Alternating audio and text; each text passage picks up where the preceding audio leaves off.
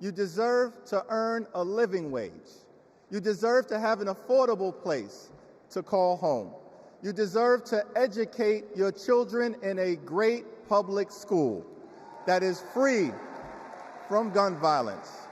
And you deserve high-quality, affordable health care, and you deserve the chance to one day retire with grace and with dignity. But for far too many people in our great country, they are struggling to live paycheck to paycheck. And as a result, the American dream is out of reach. Here's the thing. Extreme MAGA Republicans don't care about everyday Americans. They only care about themselves. Our approach, led by Kamala Harris and Coach Walz, is very different. We care about you, the American people. And we will fight hard to make sure that the American dream is alive and well in every single community. Now, the road ahead will not be easy, which brings me to you-know-who.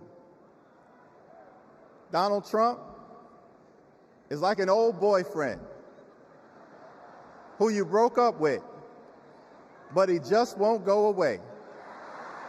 He has spent the last 4 years spinning the block, trying to get back into a relationship with the American people. Bro, we broke up with you for a reason.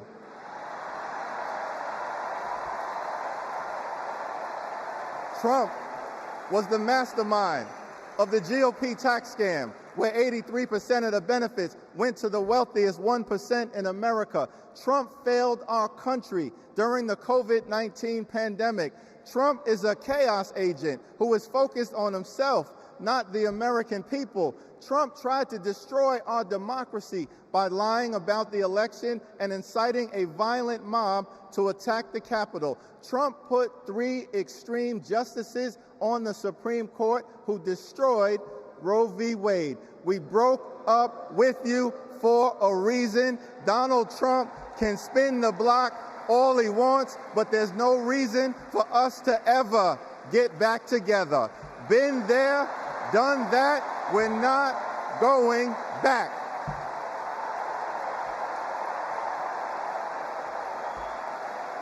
Kamala Harris and House Democrats will always put people over politics. Kamala Harris and House Democrats will lower costs and grow the middle class. Kamala Harris and House Democrats will fix our broken immigration system and secure the border. Kamala Harris and House Democrats will strengthen the relationship between the police and the community. Kamala Harris and House Democrats will continue to combat the climate crisis with the fierce urgency of now. Kamala Harris and House Democrats will protect Social Security, protect Medicare, protect Medicaid, protect the Affordable Care Act, protect working families, protect small businesses, protect the middle class, protect free enterprise, protect our children, protect our seniors, protect our veterans, protect our unions, protect our dreamers, and always protect a woman's freedom to make her own reproductive health care decisions.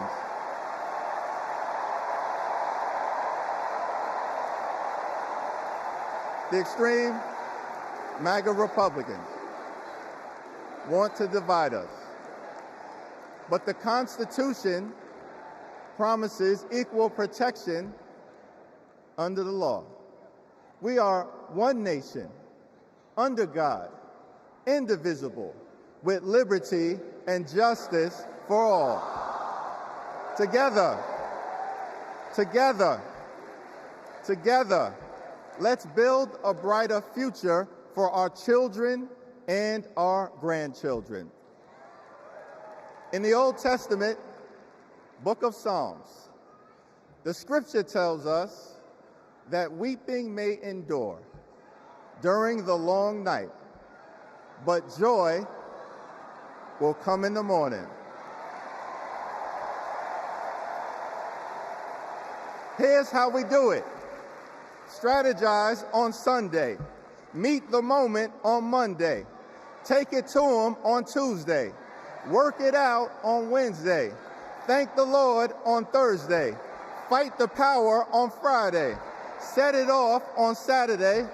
Get a few hours of sleep, wake up the next day, and do it all over again until joy, joy, joy comes in the morning.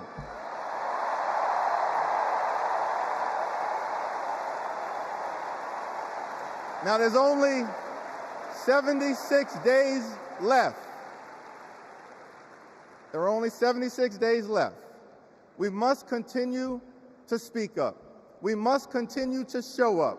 We must continue to stand up, not as Democrats or Republicans, but as Americans. And when we do, nothing can stop Kamala Harris from becoming the 47th President of the United States of America. Nothing can stop House Democrats from taking back the majority. Nothing can stop the American people from continuing our march toward a more perfect union. Nothing can stop us. We're all the way up. God bless you. God bless Kamala Harris. May God bless the United States of America.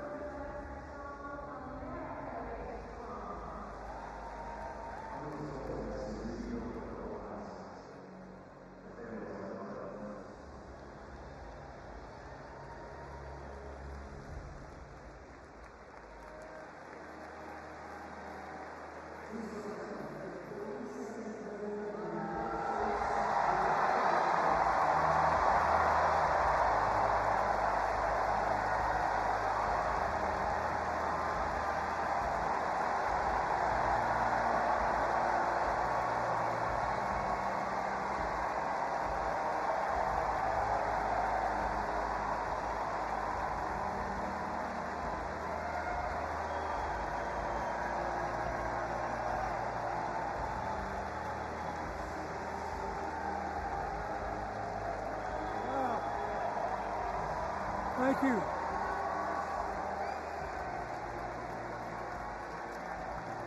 Woo. Thank you. Hey, Johnny. Thank you. Whoa.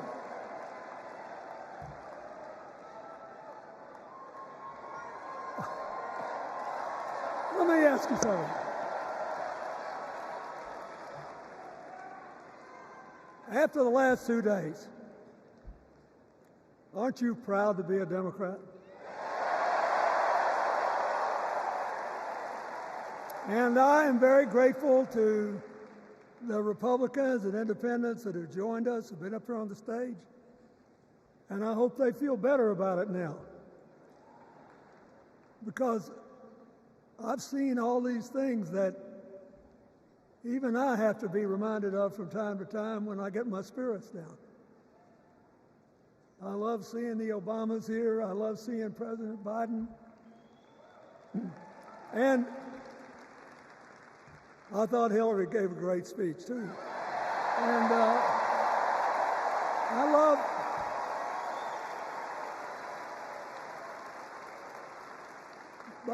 I love seeing all these young leaders.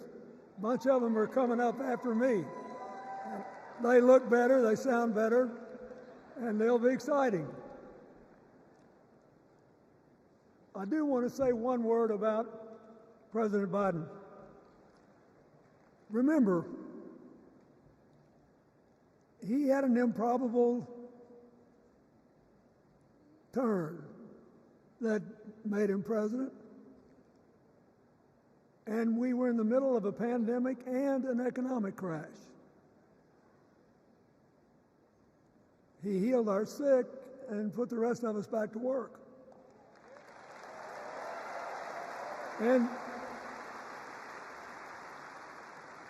he strengthened our alliances for peace and security. He stood up for Ukraine.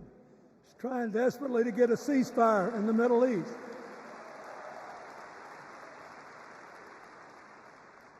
And then he did something that's really hard for a politician to do. He voluntarily gave up political power. And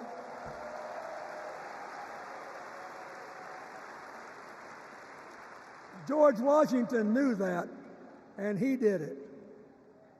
And he set the standard for us serving 2 terms before it was mandatory. It helped his legacy, and it will enhance Joe Biden's legacy. And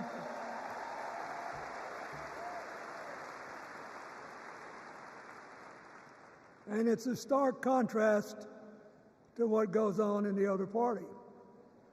So I want to thank him for his courage, compassion, his class, his service, his sacrifice.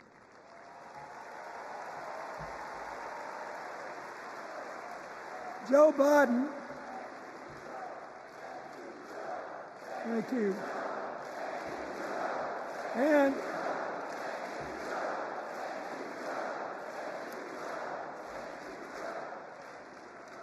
he kept the faith, and he's infected a lot of the rest of us. Now let's cut to the chase. I am too old to gild the lily. 2 days ago, I turned 78, the oldest man in my family of 4 generations. And the only personal vanity I want to assert is I'm still younger than Donald Trump.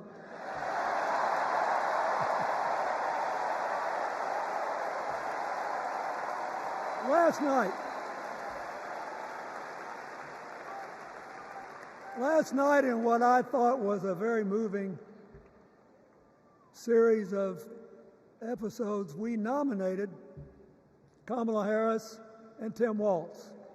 And just think about that. 2 leaders with all-American but still improbable life stories. It could only happen here. Their careers, after all, started in community courtrooms and classrooms. 2 leaders who spent a lifetime getting a good job done. Now, one of the things that I've noticed over my increasingly long life is that a presidential election is unique in several ways. First of all, it's the greatest job interview for the greatest job in the world. Secondly,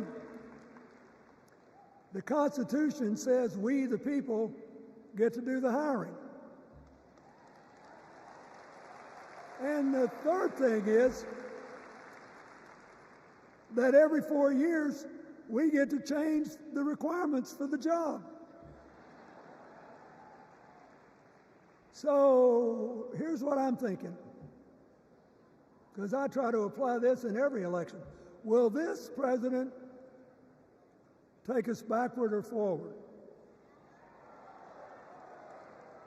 Will this president give our kids a brighter future? Depends. Will this president bring us together or tear us apart? Will the president increase the peace, security, and stability and freedom that we enjoy and extend it to others as we can? We, the people, we have to make a decision about these kind of questions. And every 4 years, it's a little different because the people come at the candidates, and they say, as they're saying now, here are our problems, solve them. Here are our opportunities, seize them. Here are our fears, ease them.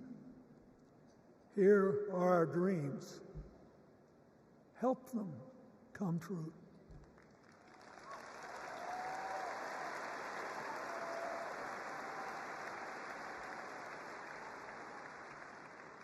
A president can answer that call by saying, I'll do my part, but you have to help me. We have to work together. Or you can dodge what needs to be done by dividing, distracting, and diverting us. So in 2024, we got a pretty clear choice, it seems to me. Kamala Harris for the people,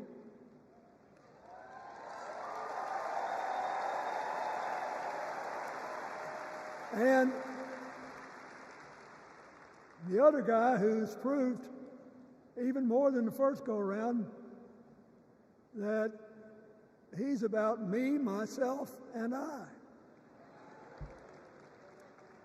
I know which one I like better for our country.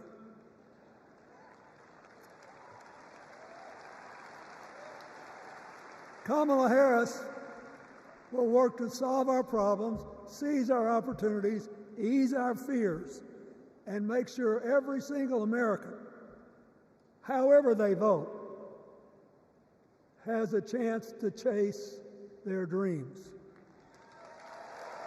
You know, when she was young, she worked at McDonald's. And she greeted every person with that 1,000-watt smile and said, "How can I help you?" Now she's at the pinnacle of power and she's still asking, "How can I help you?"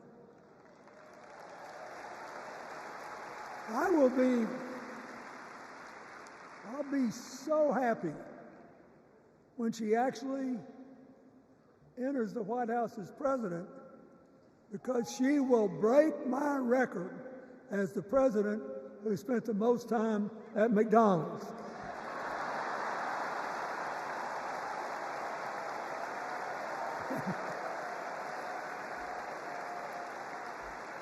Now, but we got an election to win. And remember, we've got a guy that's pretty good at what he does. Donald Trump has been a paragon of consistency. He's still dividing, he's still blaming, he's still belittling other people. He creates chaos, and then he sort of curates it as if it were precious art.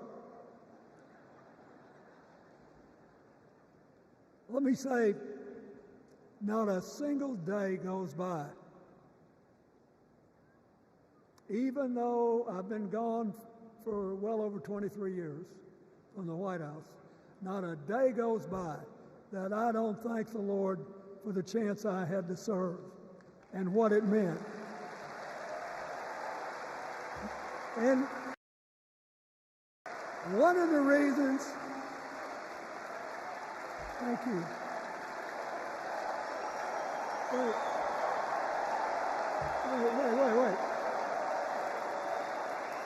One of the reasons I love the job so much is that in the toughest times, even on the darkest days, if you tried hard enough, there was always something good you could do for somebody else. Now, some days that's not easy to do. You've got to deal with all these emergencies, or there's something going on here, there, or yonder. But Kamala Harris is the only candidate in this race who has the vision, the experience, the temperament, the will, and yes, the sheer joy to get something done.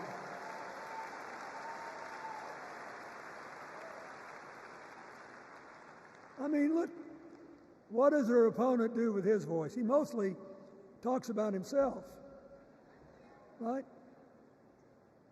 So the next time you hear him, don't count the lies. Count the eyes.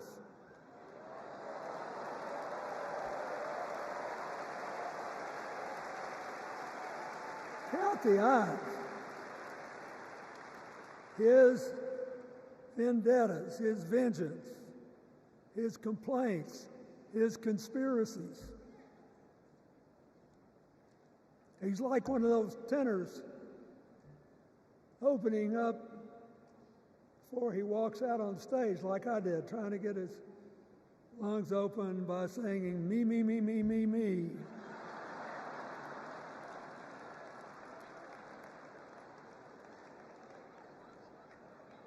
When Kamala Harris is president, every day will begin with you, you, you, you.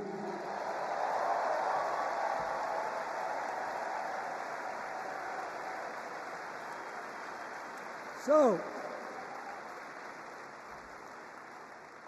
we got to ask ourselves the questions if we're going to hire a president.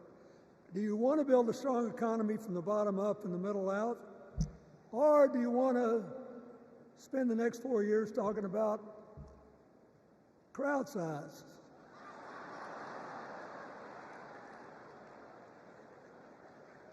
You're going to have a hard time believing this, but so help me, I triple-checked it. Since the end of the Cold War in 1989, America has created about 51 million new jobs. I swear I checked this 3 times. Even I couldn't believe it. What's the score? Democrats 50, Republicans 1.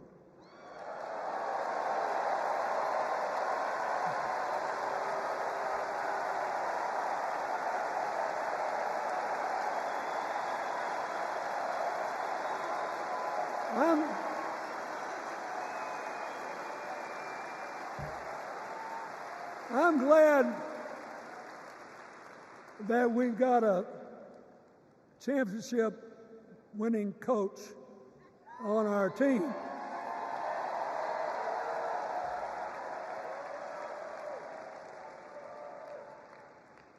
But even the most limited of us in what we know about football or any other sport knows that if you're got 50 and the other side's got 1, you're ahead.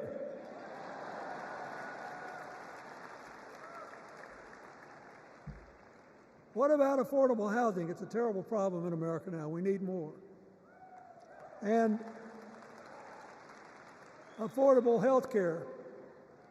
That's why the Democrats put a limit on monthly payments for insulin and a $2,000 a year out-of-pocket limit. And are trying to cover more drugs by bargaining for prices. We need more financing for small businesses. We need still to strengthen our alliances I almost croaked in the first debate of this election season when President Trump said nobody respected America anymore like they did when he was president. Wait. And with a straight face. Look, you got to give him. He's a good actor. With a straight face, he cited as evidence of the respect that existed for us when he was there the presidents of North Korea and Russia.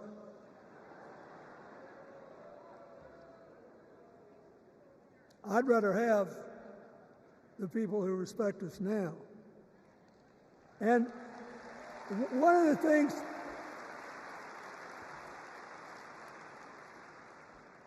is when you send a signal to the other countries, you want them to know whether they agree with you or not, at least that you're on the level. Here's where you are and what you believe. What are they supposed to make to these endless tributes to the late, great Hannibal Lecter?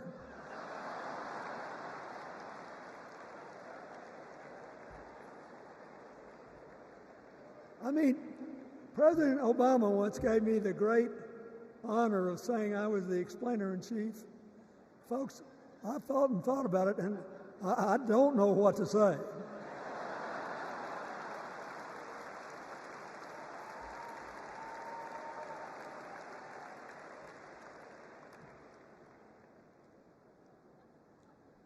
Like Hakeem Jeffries, I too want an America that's more joyful, more inclusive, more future-focused.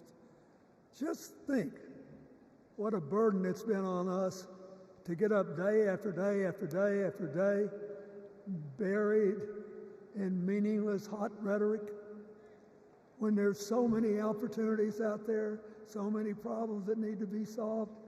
I want that. And that's the America Kamala Harris will lead. And she's already made her first presidential decision, and she knocked it out of the park when she asked Governor Tim Walz to be her nominee for vice president. Look,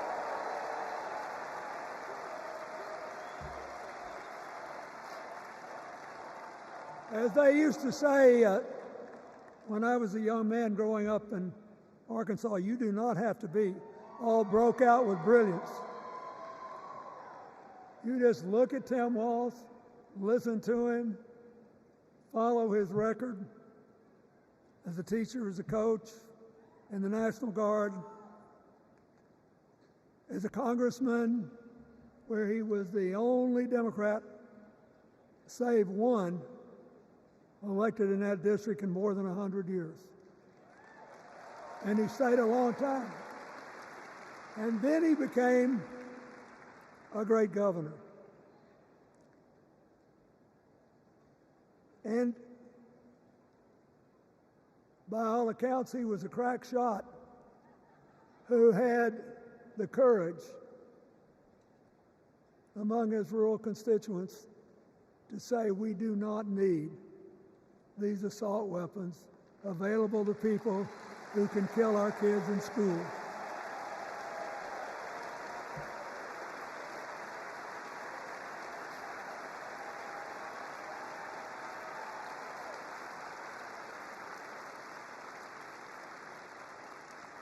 So, armed with her first decision, Kamala Harris confronts an interesting dilemma. We're going to walk out of here feeling pretty good, I think. We've got energy, we are happy, we feel like a load's off our shoulders. And we know we're just being asked to fight the same fight that the forces of progress have had to fight for 250 years.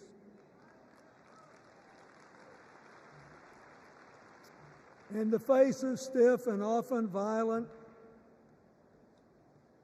opposition,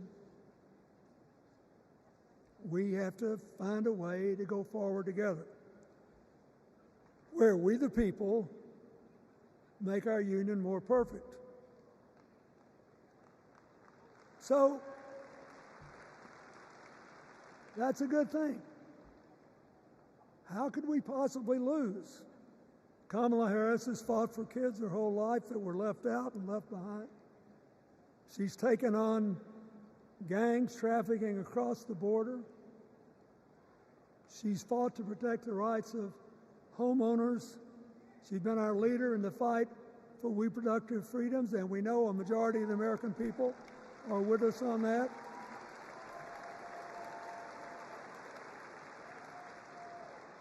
And she's gained an invaluable amount of experience as vice president, advancing our values and interests around the world.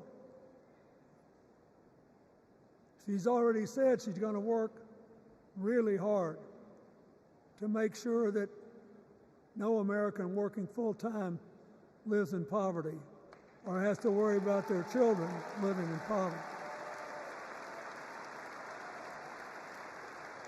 She says that we got to make home ownership an achievable dream for everyone, not just a privilege.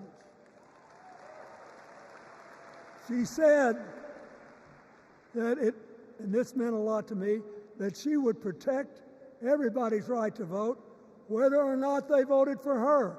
They were citizens and they deserved the right to vote.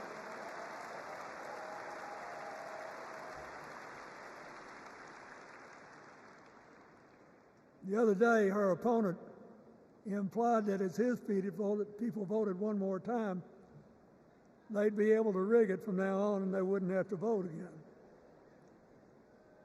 You think they're kidding, but I know a lot of these folks, and most of them are really good people, but some of them think that they are bound to dominate America politically, economically, and socially, and they have to use politics to do it, and they should rig the system.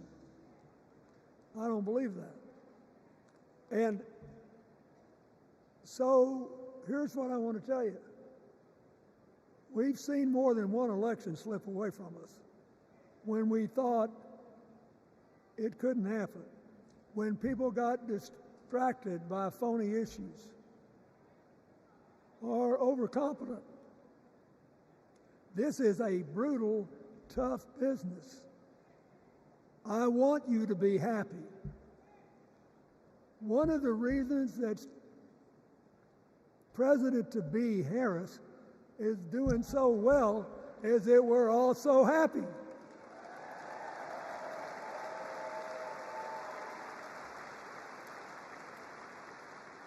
But you should never underestimate your adversary. And these people are really good at distracting us, at triggering doubt, at triggering buyer's remorse. As the Obama said so eloquently last night, they are human, you know. They're bound to make a mistake now and then. We got to be tough. And so, as somebody who spends a lot of time in small towns and rural areas in New York and Arkansas and other places, I urge you to talk to all your neighbors. I urge you to meet people where they are. I urge you not to demean them, but not to pretend you don't disagree with them if you do. Treat them with respect, just the way you'd like them to treat you.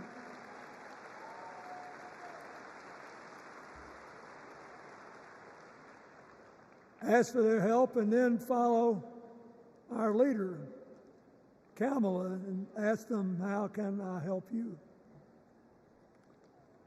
We Democrats right now have a lot of hay in the barn. We've got massive achievements, massive advances, but there's still a lot of slips. between today and Election Day that we have to navigate. And so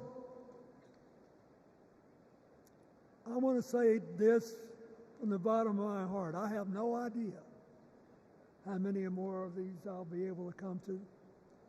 I started in '76, and I've been to every one since. But no, 72.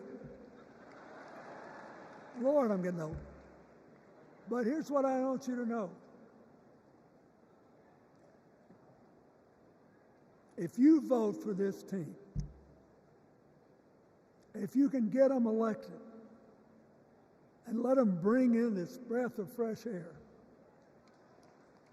you will be proud of it for the rest of your life. Your children will be proud of it. Your grandchildren will be proud of it.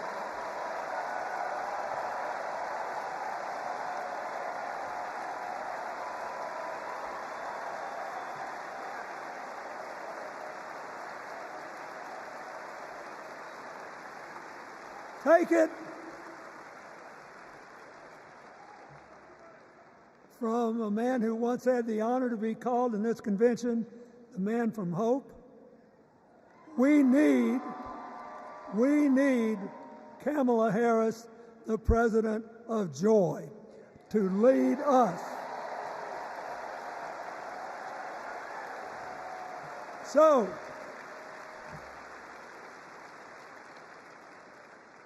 I'll be doing my part, you do yours. I'll see you when we're making a real joyful noise when the votes are counted. God bless you, and God bless America.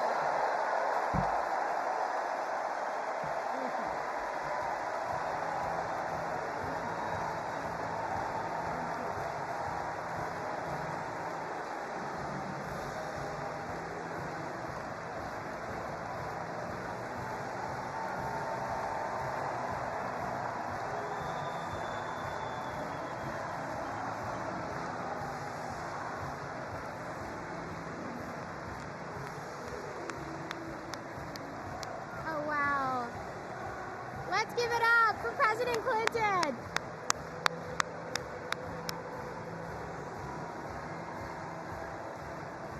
That was incredible.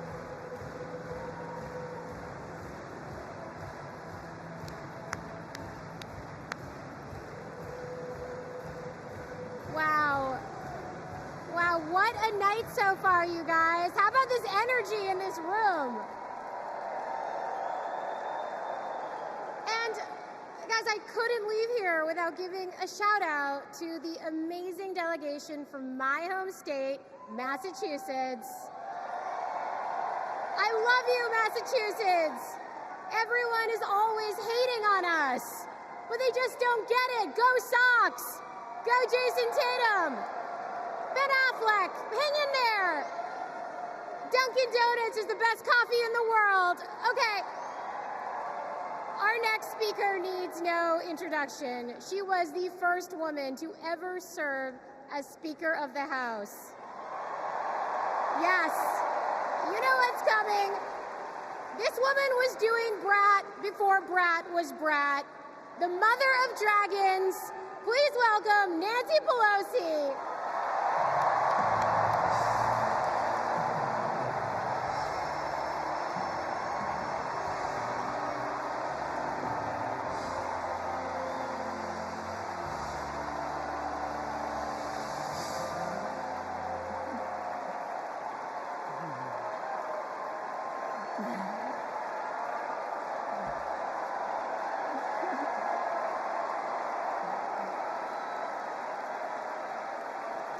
Hello, California. Hello, Maryland. Hello, Democrats.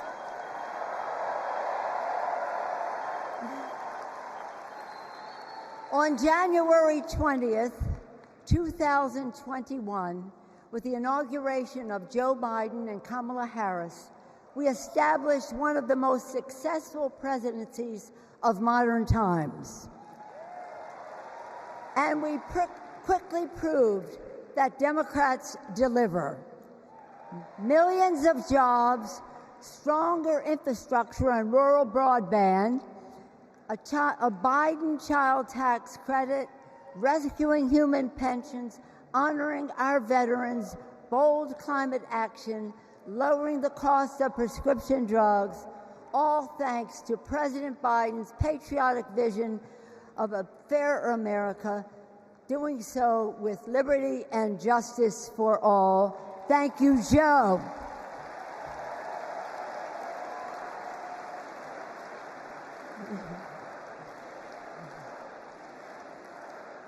And I know that Vice President Harris is ready to take us to new heights. I've known Kamala Harris for decades. Personally, I know her a person of deep faith, which is reflected in her community care and service. Officially, she is a leader of strength and wisdom and eloquence on policy, most recently demonstrated fighting for women's right to choose. Politically, she is astute and strategic in winning difficult elections, quickly securing the nomination with dignity and grace, and choosing Tim Walz as our vice president. I had the honor of serving with Tim for 12 years in the Congress. He united Democrats, Republicans, and independents to turn a red district blue. He showed courage when he came to Congress in voting for the Affordable Care Act, meeting the needs of his constituents despite Republicans' lies and misrepresentation. When he went home, won the election, he returned to Congress. He fought for our America's heroes as the Democratic leader of the Veterans Affairs Committee. Thank you, Tim.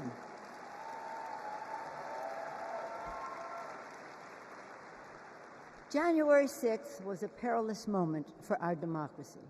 Never before had a president of the United States so brazenly assaulted the bedrock of our democracy, so gleefully embraced political violence, so willfully betrayed his oath of office. Let us not forget who assaulted democracy on January 6th. He did. But let us not forget who saved democracy that day. We did. And thank God we had a Democratic House of Representatives then. We returned to the Capitol that very same night. We insisted on certifying the election results on the floors of the House and the Senate. And we demonstrated to America and to the world that American democracy prevailed.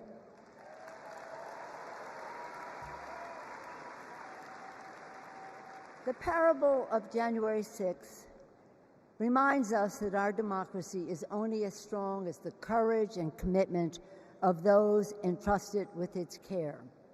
And we must choose leaders who believe in free and fair elections, who respect the peaceful transfer of power. The choice couldn't be clearer. Those leaders are Vice President Harris and Governor Walz.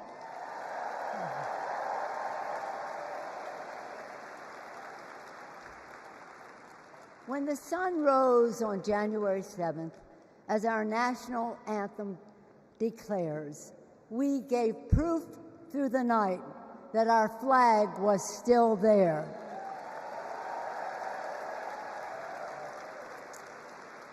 Now, in this election, we are called upon to do the same, to stand together, to reject autocracy, to choose democracy, and we will do so by electing a Democratic House with Hakeem Jeffries as Speaker of the House,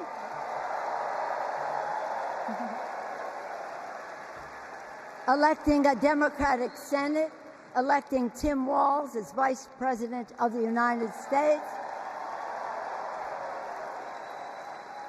and electing Kamala Harris as the President of the United States. Onward to victory!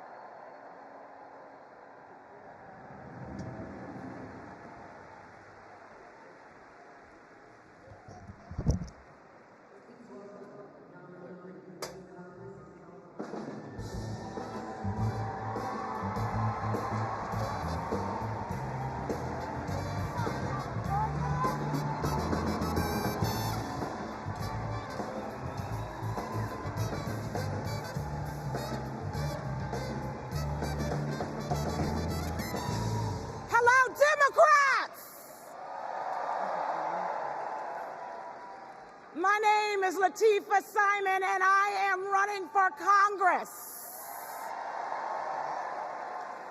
And I'm here tonight to tell you all about the Kamala Harris that I know. I'm going to tell you.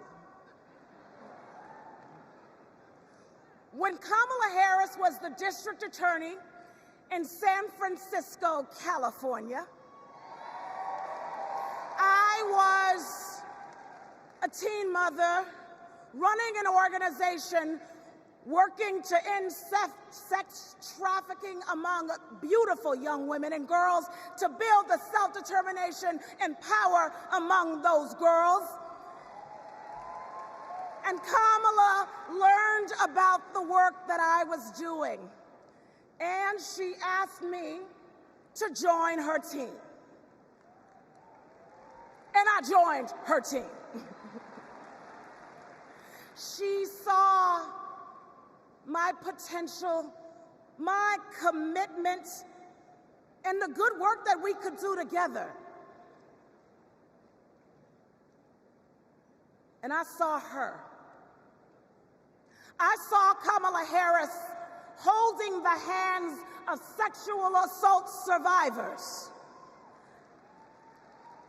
I saw scores of mothers who lost their babies to gun violence, lining up day after day at the courthouse, waiting only to speak to Kamala because they knew that she would hear them.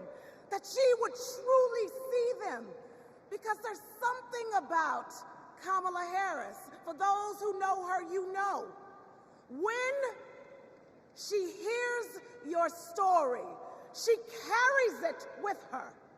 When she sees you, she truly sees you. She truly sees you.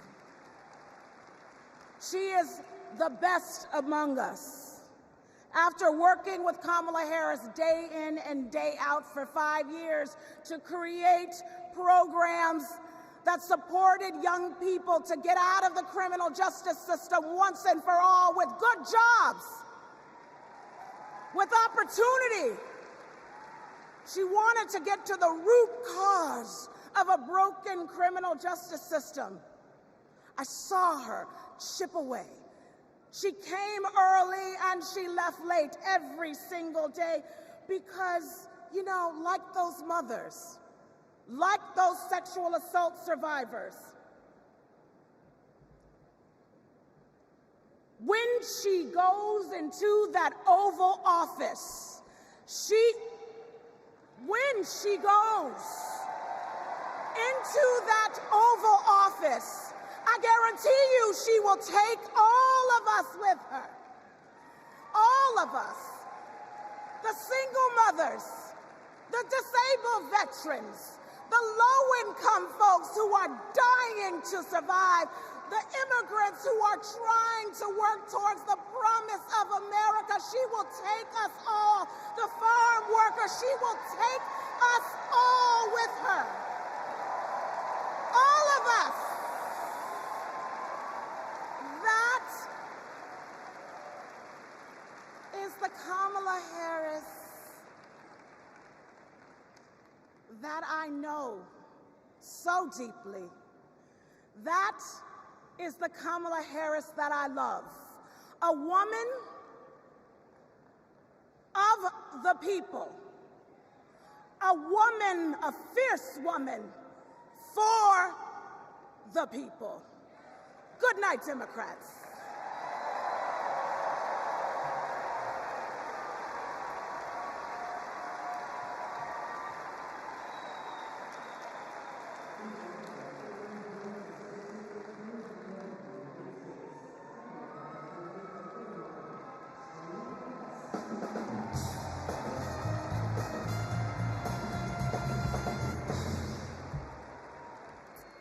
"35 years ago, in my first week at law school, I met a new classmate, Maya Harris. We became best friends, but the way Kamala tells the story, we'd already fallen in love by graduation day. And when Maya and I married, I not only gained a life partner I love, a daughter I adore, and a mother-in-law I revered, someone I affectionately called Mother Harris, I also gained a sister I cherish, Kamala. Now, Maya, Kamala, and I each pursued different legal careers, but we were motivated by the same values: a belief in equal opportunity, a yearning for fairness, a passion for justice. Values Mother Harris taught those two little girls, values that powered Kamala's public service from the very beginning. You know, one of Kamala's very first cases in the district attorney's office, it involved a woman, an innocent woman, wrongfully arrested in a police raid. It was a Friday afternoon, and the courthouse was shutting down for the weekend. And look, most prosecutors, they would have gone home and dealt with the matter the following Monday. But not Kamala. You see, my sister-in-law knew that if the judge didn't see this woman that afternoon, she'd spend the entire weekend in jail. And Kamala, she wondered, does this woman work weekends? Would she lose her job? Does she have young kids at home? Who'd feed those kids? So Kamala pleaded for the judge to return to the bench and to hear the matter. And the judge agreed. And within minutes, that woman was released back to her family that night. Now, it may seem small, but that's what it means to stand up for justice. That's what it means to stand for the people. And as Kamala says, when you know what you stand for, you know what to fight for. And look, believe me when I tell you, as a sister, a daughter, an auntie, and a mother, I've seen Kamala fight for her family. As District Attorney, Attorney General, U.S. Senator, and Vice President of the United States, I have watched her fight in the halls of power for those who have no voice there. And as President, I know she'll fight for you. She'll fight for all of us. Because, friends, when Kamala fights, we win. Thank you. God bless you.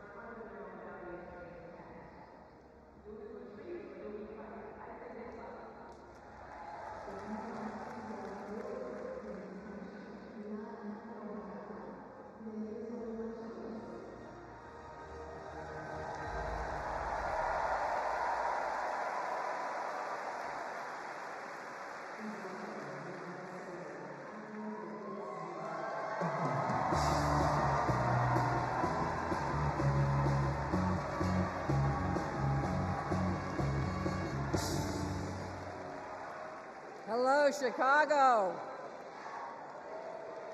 You know, before I was senator, I was Nevada's Attorney General.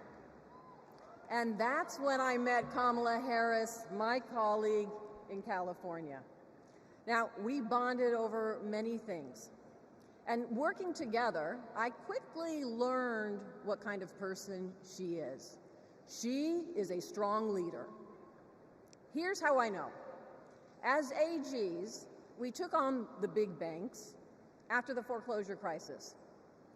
And let me tell you, Kamala did not settle for less than homeowners deserved. Her leadership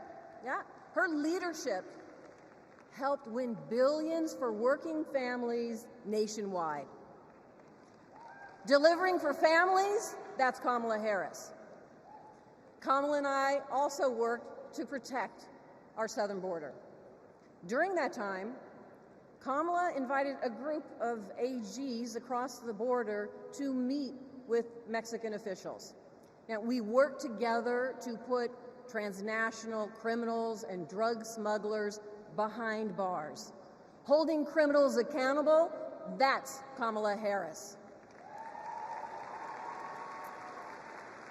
Listen, and when we took on human traffickers, Kamala had us meet with survivors so that we could understand who we were fighting for.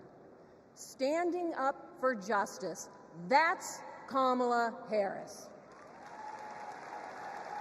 So trust me when I say I know she will fight for our families and our freedoms. Now, we must fight for her. Every vote matters. I know. In 2016, Nevadans elected me, the granddaughter of a baker from Mexico, to serve as the first Latina in the United States Senate.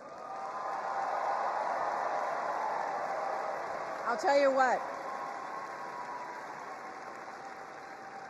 And in 2022, my reelection came down to 7,928 votes. Because of voters in Nevada, the Democrats won the Senate majority. And I'm here to tell you, we can do it again. We can send Kamala Harris and Tim Walz to the White House. Are we ready to do it? Are we ready to fight? Let's get it done, Chicago. Thank you, everyone.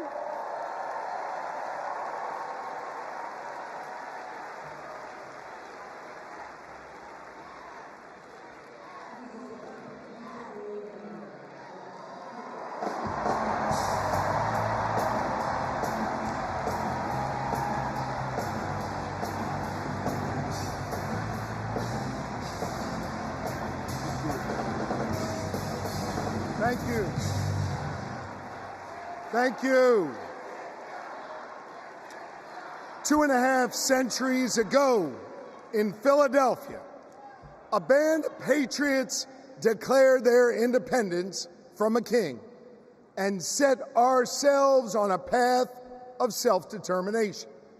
Generation after generation has embraced that responsibility. Ordinary Americans rising up, demanding more, seeking justice. And in every chapter of our American story, we've made progress and advanced the cause of freedom.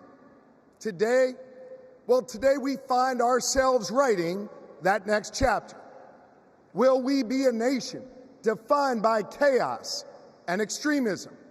Or will we choose a path of decency, honor, and continued progress? Kamala Harris, well, she has spent her entire career making progress. Donald Trump, a man with no guardrails, wants to take away our rights and our freedoms. And listen, while he cloaks himself in the blanket of freedom, what he's offering isn't freedom at all. Because hear me on this, It's not freedom to tell our children what books they're allowed to read. No, it's not. And it's not freedom to tell women what they can do with their bodies. And hear me on this, it sure as hell isn't freedom to say you can go vote, but he gets to pick the winner. That's not freedom. But you know what? You know what, Democrats? We are the party of real freedom. That's right. The kind of real freedom that comes when that child has a great public school with an awesome teacher because we believe in her future. Real freedom that comes when we invest in the police and in the community so that child can walk to and from school and get home safely to her mama. Real freedom that comes when she can join a union, marry who she loves, start a family on her own terms, breathe clean air, drink pure water, worship how she wants, and live a life of purpose where she is respected for who she is.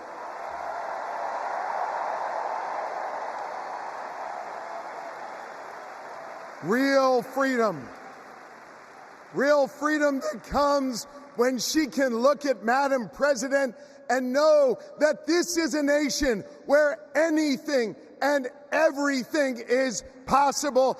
That is real freedom, and that is what we are fighting for. You know, Kamala and Tim's names may be on the ballot, but it's your rights. It's our rights. It's our future and freedoms that are on the line. And you have the power to shape the future of this country.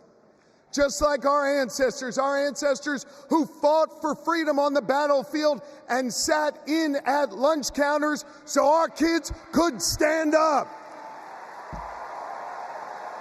Now it's on us. It's on us, my friends, to organize in our communities and on our For You pages around three basic American principles. We value our freedom, we cherish our democracy, and we love this country. And listen,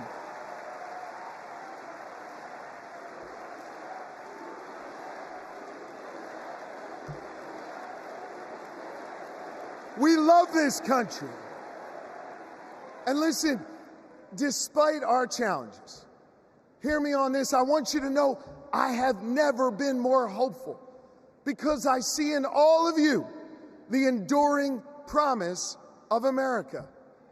E pluribus unum, out of many one. It's not merely a motto from the past, it's our direction for the future.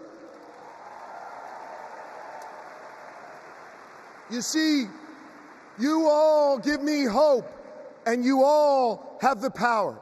So let's use that power. Let's do the hard work necessary to win this election and write the next chapter in our American story. So are you ready to protect our rights?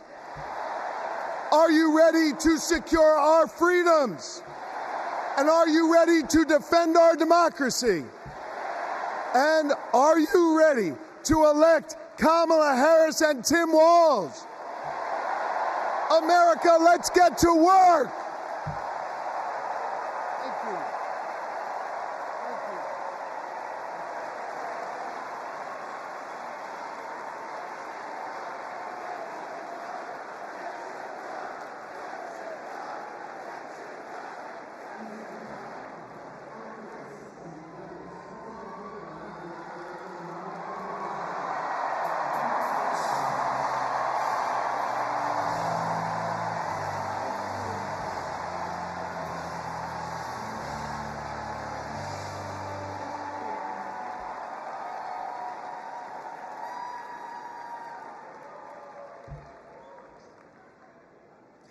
We gather at this hallowed place because we believe in the American dream.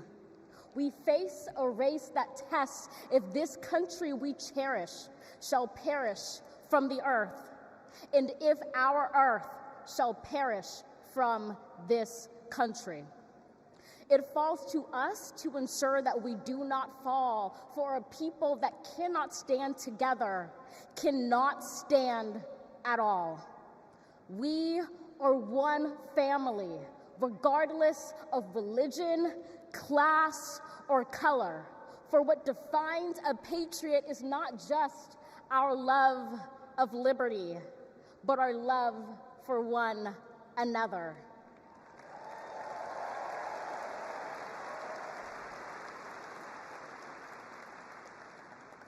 This is loud in our country's call because while we all love freedom, it is love that frees us all.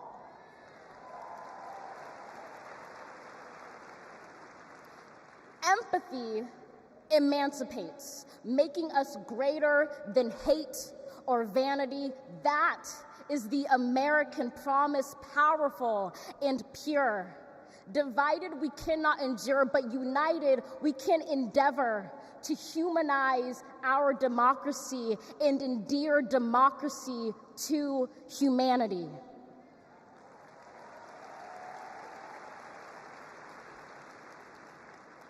And make no mistake, cohering is the hardest task history ever wrote. But tomorrow is not written by our odds of hardship, but by the audacity of our hope, by the vitality of our vote.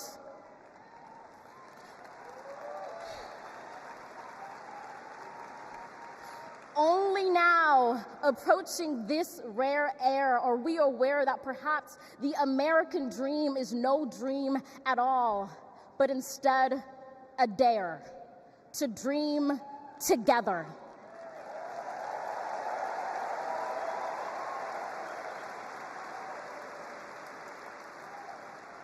Like a million roots tethered, branching up humbly, making one tree. This is our country from many, won from battles won, our freedoms sung, our kingdom come has just begun.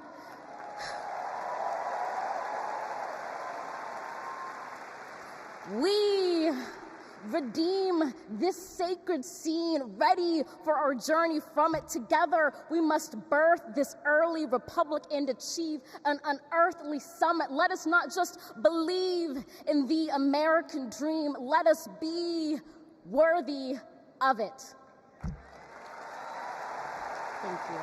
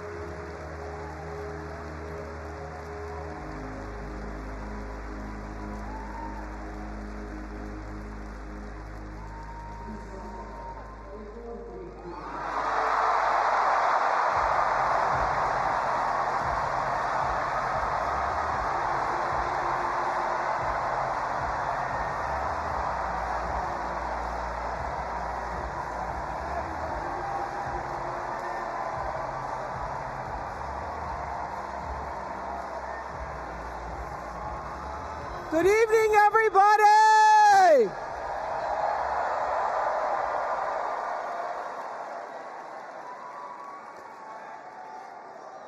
Who says you can't go home again?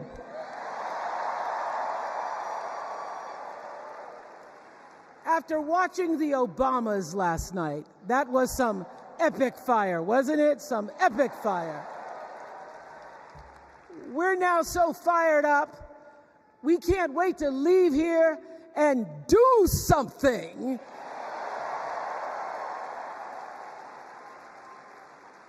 And what we're going to do is elect Kamala Harris as the next president of the United States.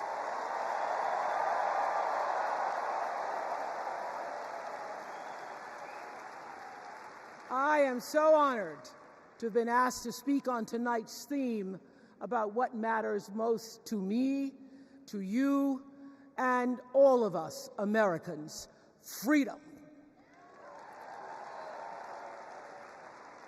There are people who want you to see our country as a nation of us against them, people who want to scare you, who want to rule you, people who'd have you believe that books are dangerous and assault rifles are safe, that there's a right way to worship and a wrong way to love, people who seek first to divide and then to conquer.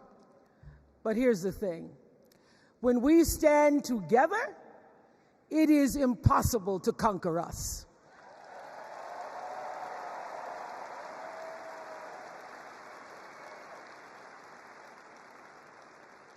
In the words of an extraordinary American, the late Congressman John Lewis,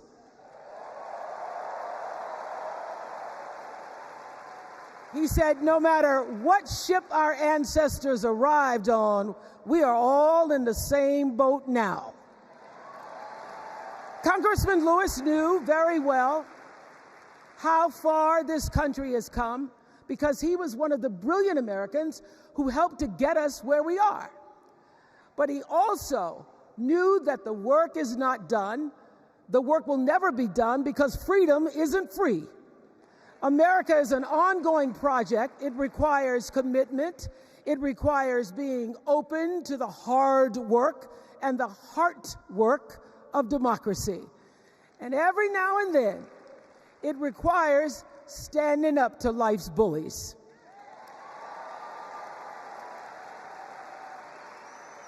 I know this.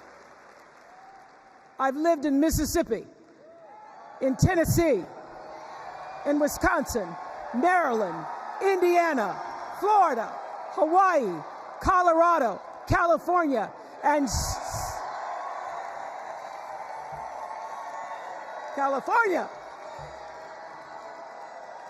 and sweet home Chicago, Illinois.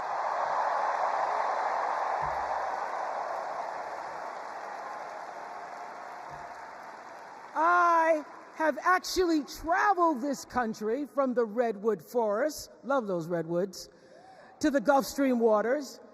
I've seen racism and sexism and income inequality and division. I've not only seen it, at times I've been on the receiving end of it.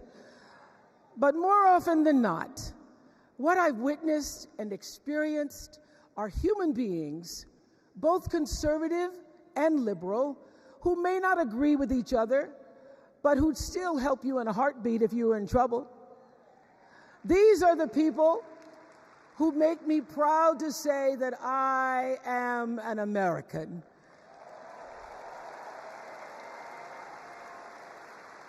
They are the best of America. And despite what some would have you think, we are not so different from our neighbors. When a house is on fire, we don't ask about the homeowner's race or religion. We don't wonder who their partner is or how they voted. No. We just try to do the best we can to save them. And if the place happens to belong to a childless cat lady,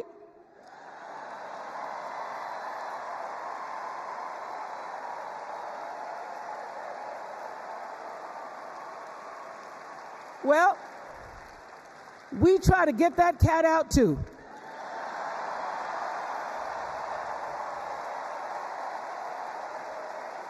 Because we are a country of people who work hard for the money. We wish our brothers and sisters well, and we pray for peace. We know all the old tricks and tropes that are designed to distract us from what actually matters, but we are beyond ridiculous tweets and lies and foolery. These are complicated times, people, and they require adult conversation. And I welcome those conversations because civilized debate is vital to democracy, and it is the best of America. Now, over the last couple of nights, we have all seen brave people walk onto this stage and share their most private pain. Amanda and Josh, Caitlin, Hadley, they told us their stories of rape and incest and near-death experiences from having the state deny them the abortion that their doctor explained was medically necessary. And they've told us these things for one reason, and that is to keep what happened to them from happening to anybody else. Because if you do not have autonomy over this, if you cannot control when and how you choose to bring your children into this world and how they are raised and supported, there is no American dream.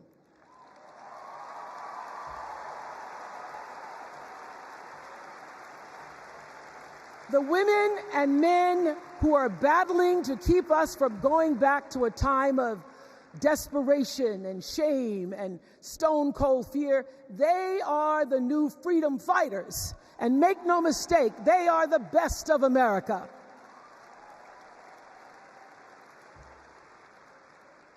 I want to talk now about somebody who's not with us tonight. Tessie Prevost Williams was born in New Orleans not long after the Supreme Court ruled that segregated public schools were unconstitutional. That was in 1954, same year I was born. But I didn't have to head to first grade at the all-white Madonna 19 school with a U.S. Marshal by my side like Tessie did.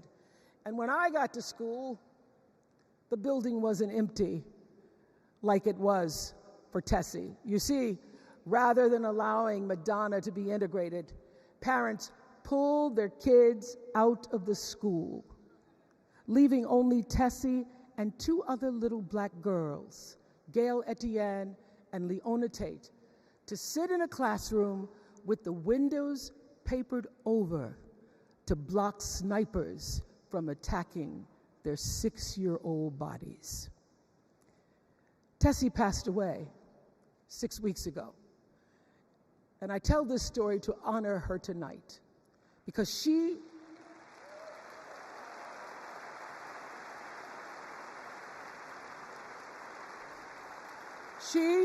like Ruby Bridges and her friends, Leona and Gail, the New Orleans Four they were called. They broke barriers and they paid dearly for it. But it was the grace and guts and courage of women like Tessie Prevost Williams that paved the way for another young girl who 9 years later became part of the second class to integrate the public schools in Berkeley, California. And it seems to me that at school and at home, somebody did a beautiful job of showing this young girl how to challenge the people at the top and empower the people at the bottom. They showed her how to look at the world and see not just what is, but what can be. They instilled in her a passion for justice and freedom and the glorious fighting spirit necessary to pursue that passion. And soon and very soon,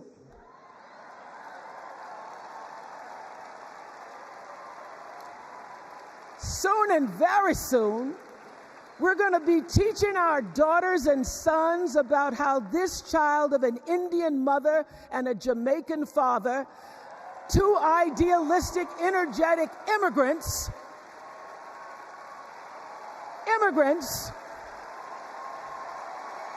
how this child grew up to become the 47th President of the United States. That is the best of America.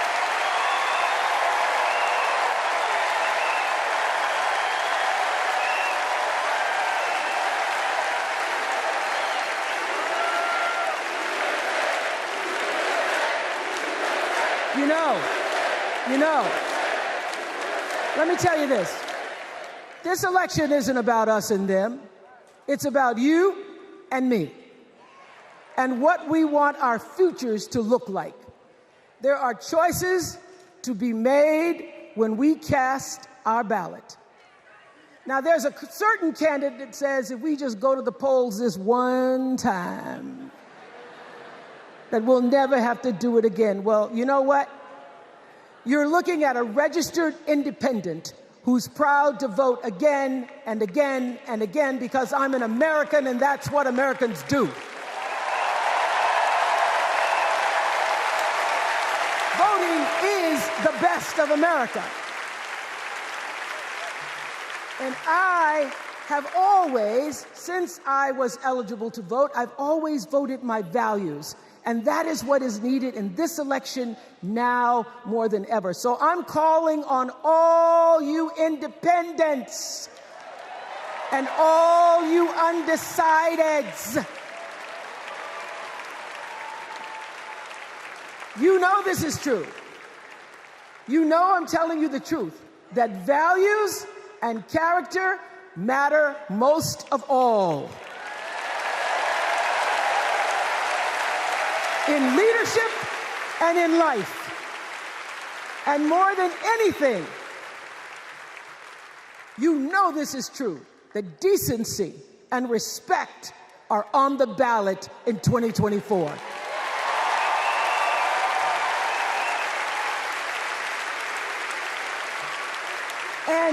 And just plain common sense.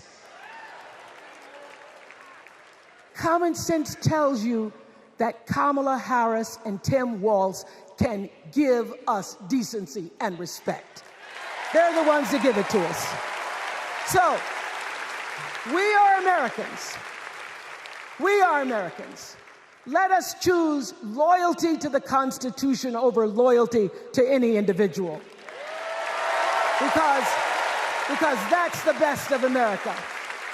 And let us choose optimism over cynicism, because that's the best of America.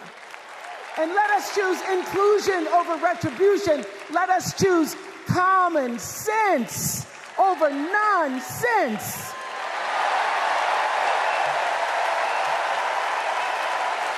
Because that's the best of America. And let us choose the sweet promise of tomorrow over the bitter return to yesterday. We won't go back. We won't be set back, pushed back, bullied back, kicked back. We're not going back.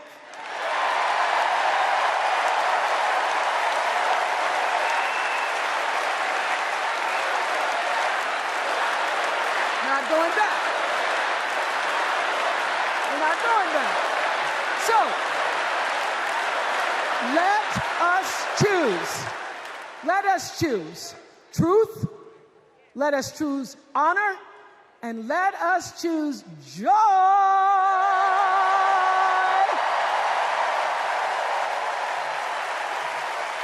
Because that's the best of America. But more than anything else, let us choose freedom. Why? Because that's the best of America. We're all Americans, and together, let's all choose Kamala Harris.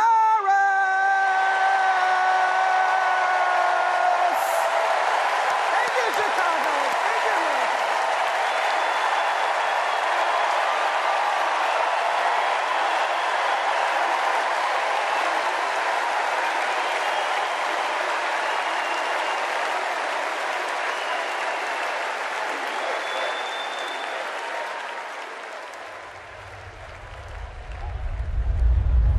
Here's what I want people to know about Tim Walz. Well, everybody at Mankato West High School loved Tim Walz. Yeah, I mean, Tim was jovial. When he would start teaching, it was like full contact teaching. You could not help but be interested in what he was talking about. He seemed to care about everybody in his class. He knew everyone's name. He wanted to know what interested you, how to engage you, what you were excited about, what you're feeling bad about. Mr. Walz was my geography and social studies teacher. Mr. Walz was my football coach. My middle school basketball coach. When we were doing the high school play The Nerd, he was the person building the sets. I don't think that there has ever been a moment where I've seen Tim exhausted from giving or engaging. He always seems like that person that's got the never-ending gas tank who can keep going. When I decided to come out as gay, we started the Gay Straight Alliance. Tim Walz was the faculty advisor. We saw him not only as a teacher, but a mentor and a leader. Mr. Walz was a really big part in helping build this community, and he's a big reason why I became a teacher myself. It was inspiring being in his classroom.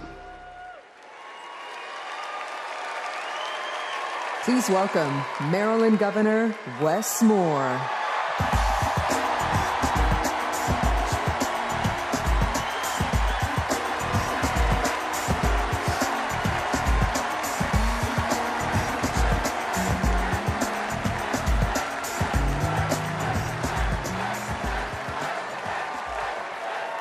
Thank you.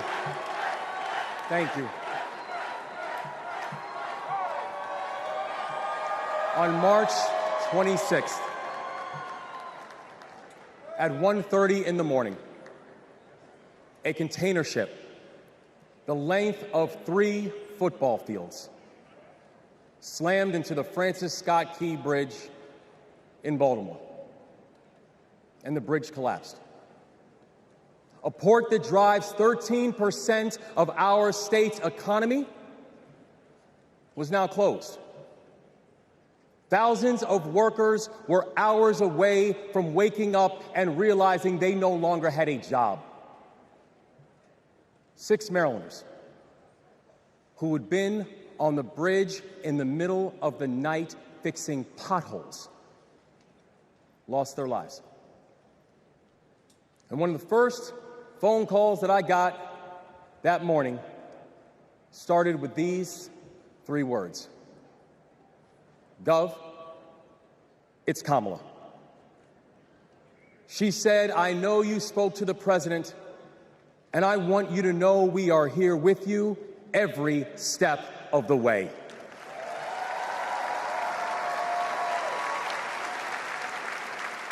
Now, I joined the Army when I was 17. In fact, I was too young to sign the paperwork. I had to ask my mom to sign the paperwork for me because I don't have bone spurs.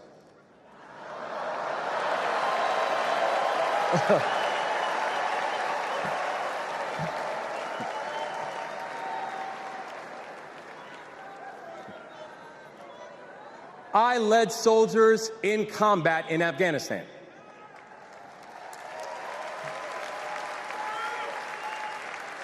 And my training taught me that you never learn anything about anybody when times are easy.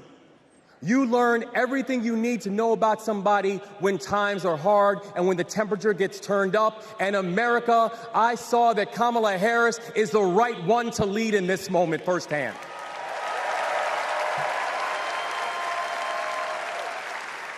And united with the Almighty God's grace, we brought closure to the families of the 6 victims. And while many said it could take 11 months to reopen the port of Baltimore, we got it done in 11 weeks.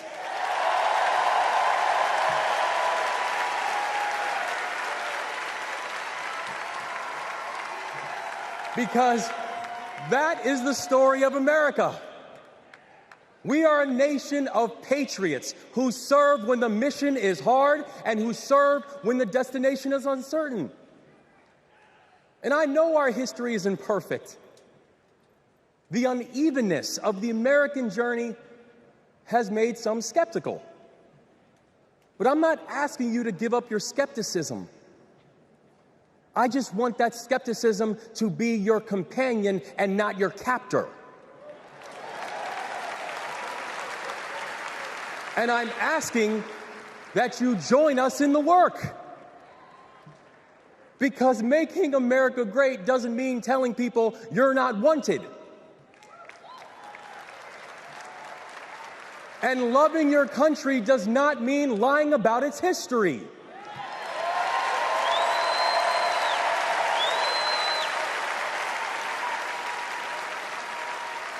Making America great means saying the ambitions of this country would be incomplete without your help.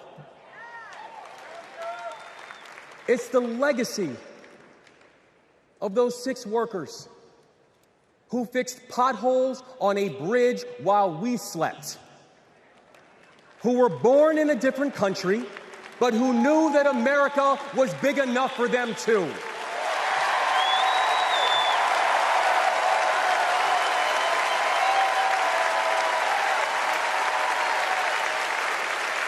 It's the journey.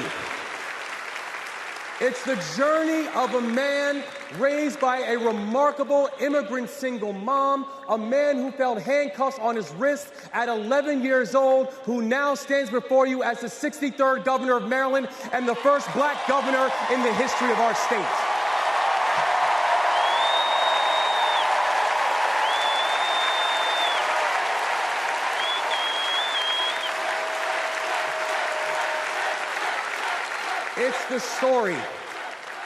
It's the story of a prosecutor who defended our freedoms and had Maryland's back when we needed it most. And now, MVP, we've got your back as well.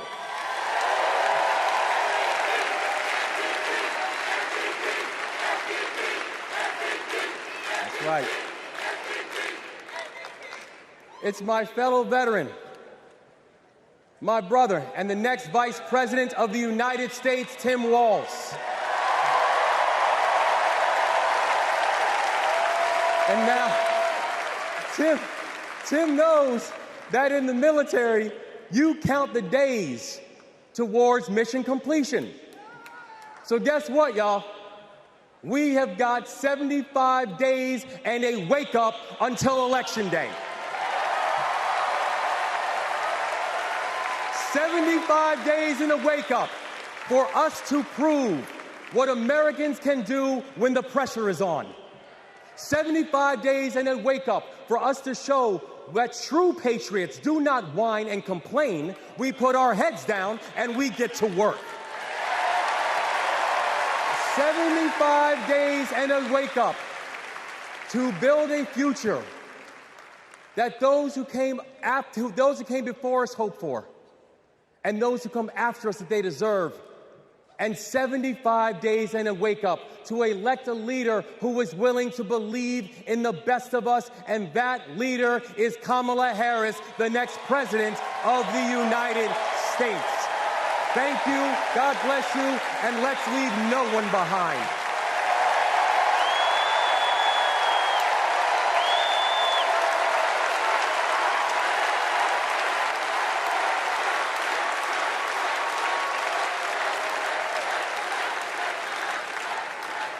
Please welcome former South Bend, Indiana Mayor Pete Buttigieg.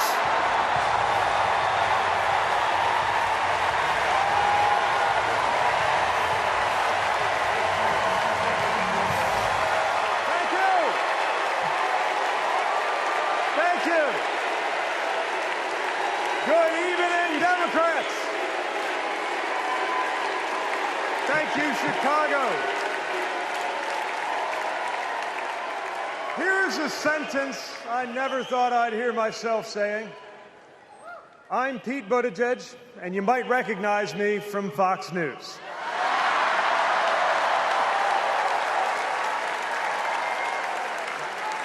I believe in going anywhere, in service of a good cause, and friends, we gather in a very good cause, electing Kamala Harris and Tim Walz, the next President and Vice President of the United States.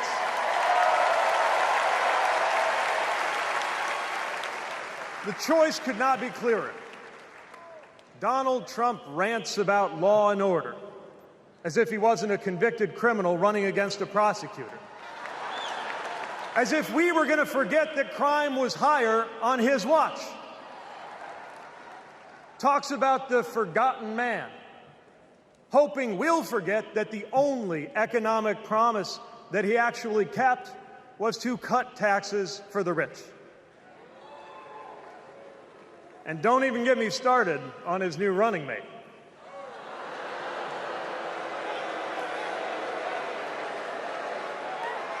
At least Mike Pence was polite. J.D. Vance is one of those guys who thinks if you don't live the life that he has in mind for you, then you don't count. Someone who said that if you don't have kids, you have, quote, no physical commitment to the future of this country. You know, Senator, when I deployed to Afghanistan, I didn't have kids then.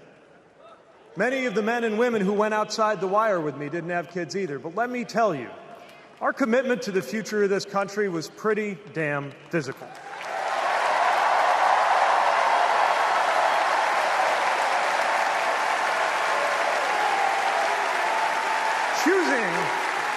Choosing a guy like J.D. Vance to be America's next vice president sends a message. And the message is that they are doubling down on negativity and grievance. Committing to a concept of campaigning best summed up in one word: darkness. Darkness is what they are selling. The thing is, I just don't believe that America today is in the market for darkness. I believe America is ready for a better kind of politics. Yes, politics at its worst can be ugly, crushing, demeaning, but it doesn't have to be. At its best, politics can be empowering, uplifting. It can even be a kind of soul craft. My faith teaches me that the world isn't made up of good people and bad people, but rather that each of us is capable of good and bad things. And I believe leaders matter because of what they bring out in each of us, the good or the bad. Right now, the other side is appealing to what is smallest within you. They're telling you that greatness comes from going back to the past. They're telling you that anyone different from you is a threat.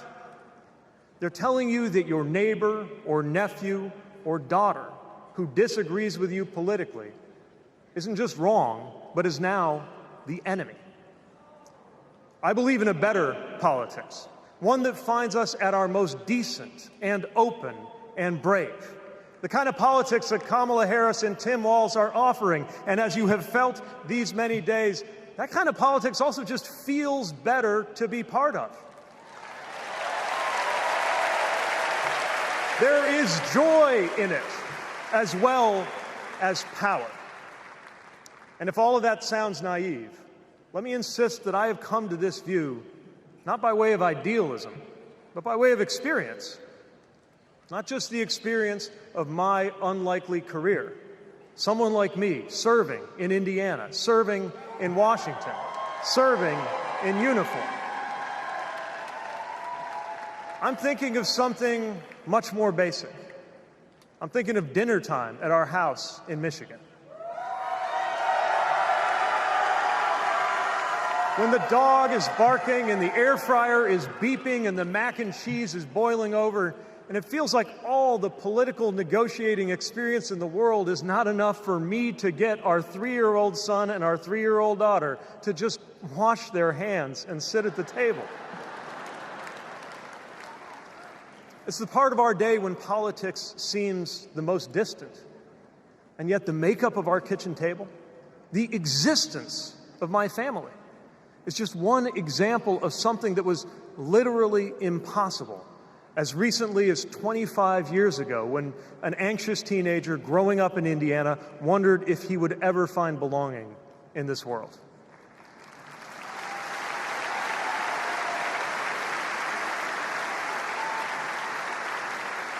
This kind of life went from impossible to possible, from possible to real, from real to almost ordinary in less than half a lifetime.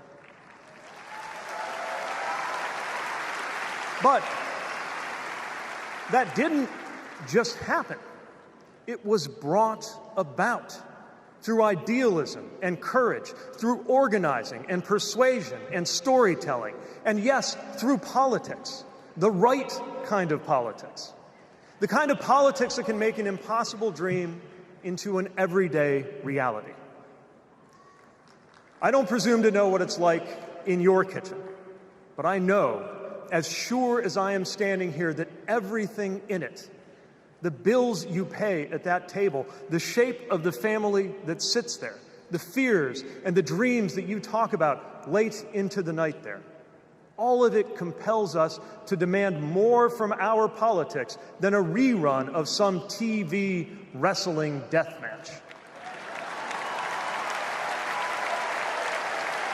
So this November, we get to choose. We get to choose our president. We get to choose our policies, but most of all, we will choose a better politics. A politics that calls us to our better selves and offers us a better everyday. That is what Kamala Harris and Tim Walz represents. That is what Democrats represent.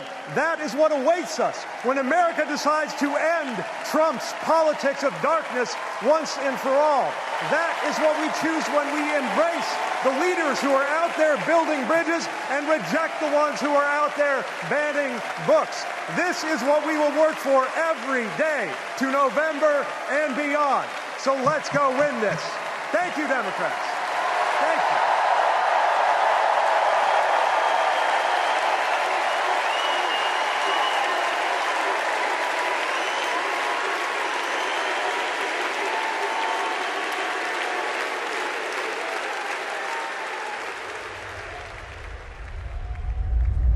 Seeing Governor Walz going to Congress and then becoming governor, I see the guy that was a first sergeant.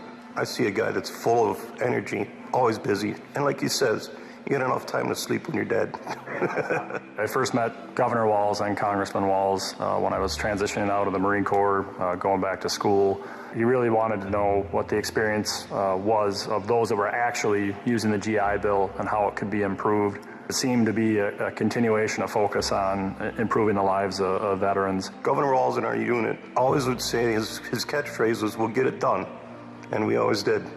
The way I've seen him carry himself over the years in Congress and the way he works for veterans, there's no excuse making, there's no scapegoating, it's just accomplish the mission. Governor Walz has been that way and always will be that way. Having Governor Walz on the House Veteran Affairs Committee was instrumental in getting the post-9/11 GI Bill not only introduced, but also passed. When Governor Walz wants change, it'll happen. Back to the Guard. We'll get it done.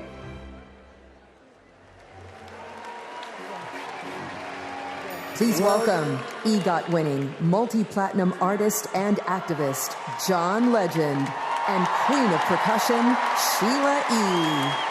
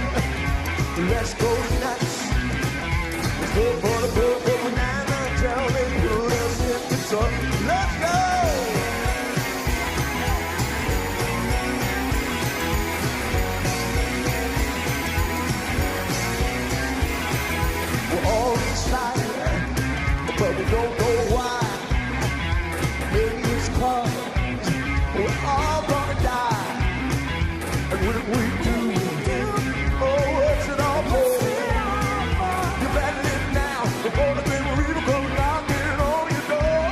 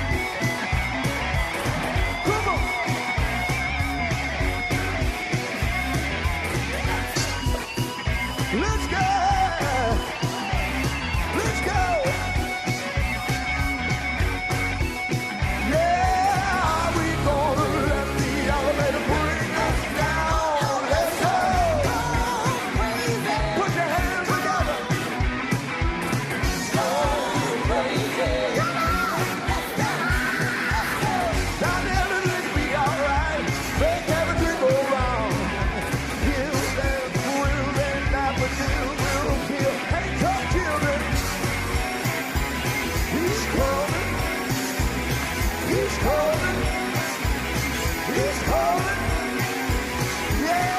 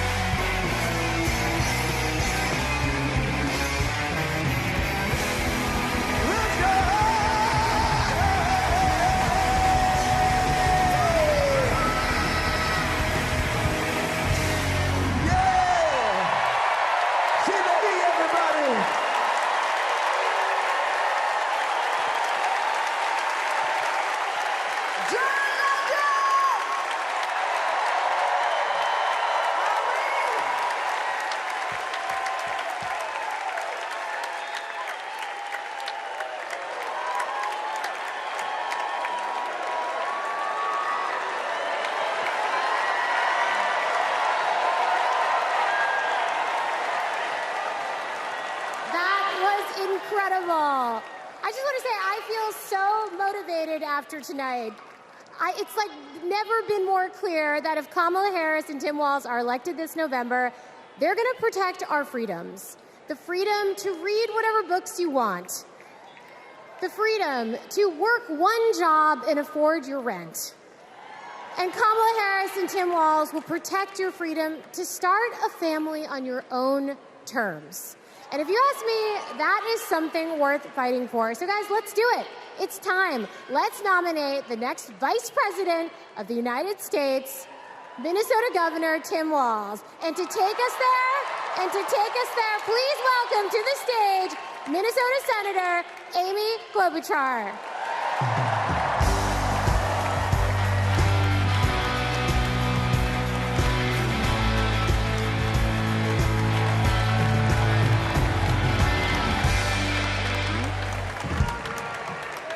Okay, that was a warm-up act. On behalf of the great state of Minnesota, where purple reigns, I stand before you in support of our next Vice President, Tim Walz. In Minnesota, we trust a coach who turned a team that was 0-27 into state champions. In Minnesota, we trust a hunter who has stood in a deer stand in 10-degree weather. In Minnesota, we trust a candidate who has made a viral video on how to change a burnt-out headlight. And I know we aren't alone, but in Minnesota, we love a dad in plaid.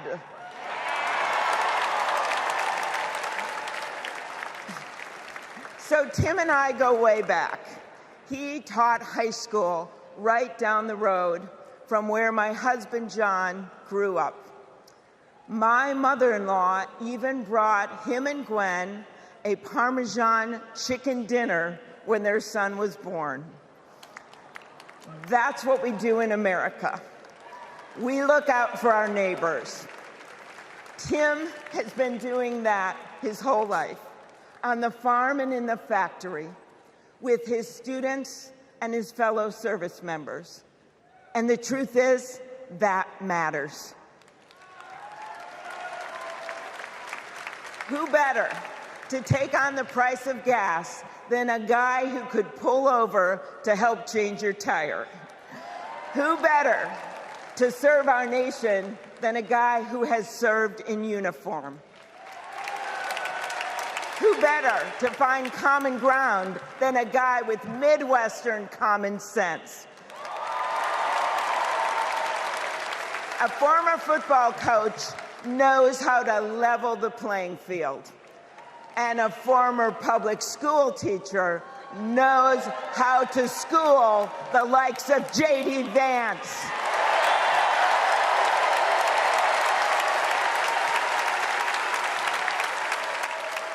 What you've done with your life matters.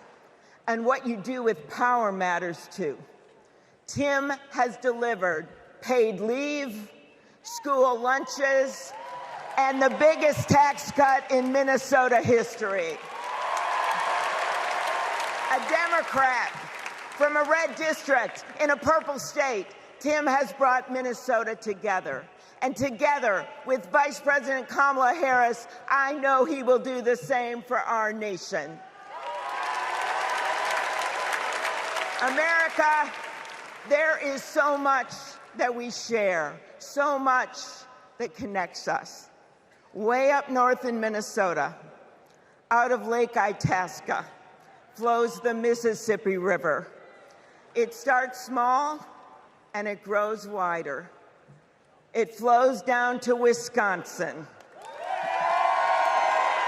and to Iowa. It goes down to Illinois and to Missouri. It goes to Kentucky and Tennessee. It goes to Arkansas, and it goes way down to Mississippi. And then it goes all the way down to New Orleans, Louisiana, where the spirit of our nation's resilience abounds.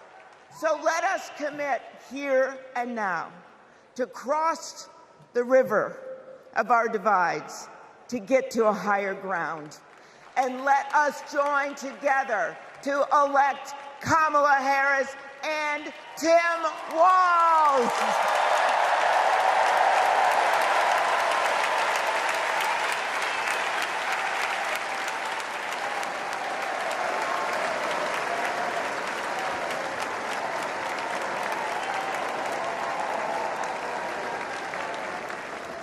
Please welcome Ben Ingman from Minnesota.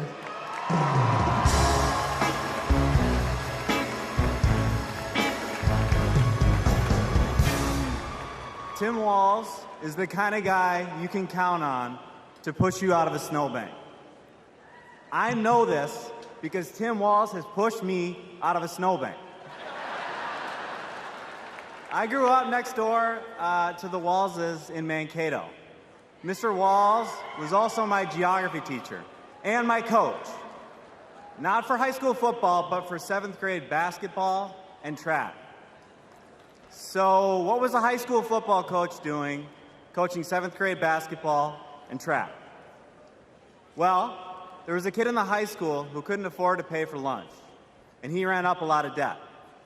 And Tim and Gwen decided they'd help pay it off.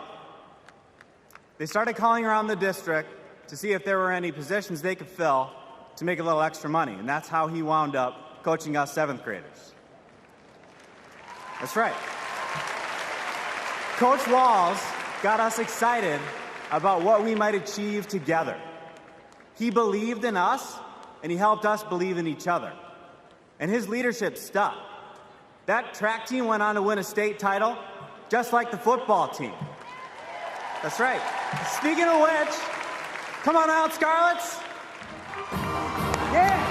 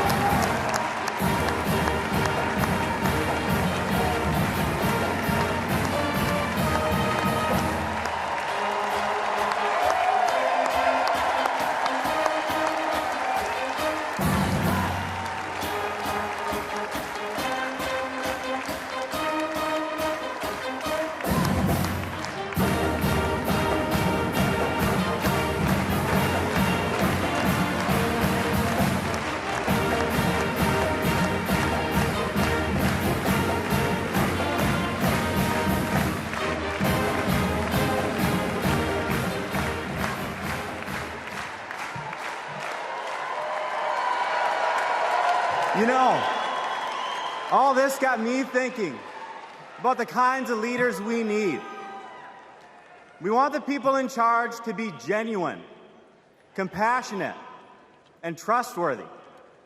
The thing is, there are people in our neighborhoods who fit this description. The kind of people who display quiet leadership by helping kids pay for their lunches, by bringing teams together to believe in each other. And when we're stuck in the snow, they push us out. Well, in my neighborhood, we always wish that people like that would run for office. Well, in my neighborhood, someone like that did run for office. And he's going to be a wonderful vice president. Thanks very much.